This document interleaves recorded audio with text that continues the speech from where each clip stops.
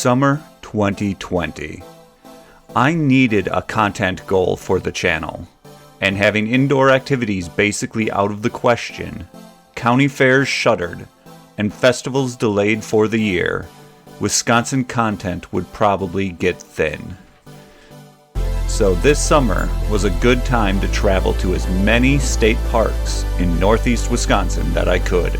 I'm not exclusively sticking to northeast Wisconsin. Since I'm launching out of the Fox Valley, I will be discounting most of the areas near the northern border of the state, and cutting things off south of Fond du Lac County. And probably going into central Wisconsin just a bit. You know what? Whatever!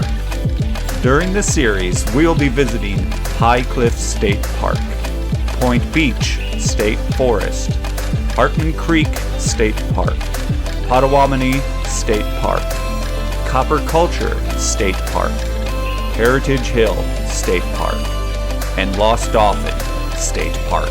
Before this summer, I was only familiar with 3 of these parks, so it was wonderful to explore new places.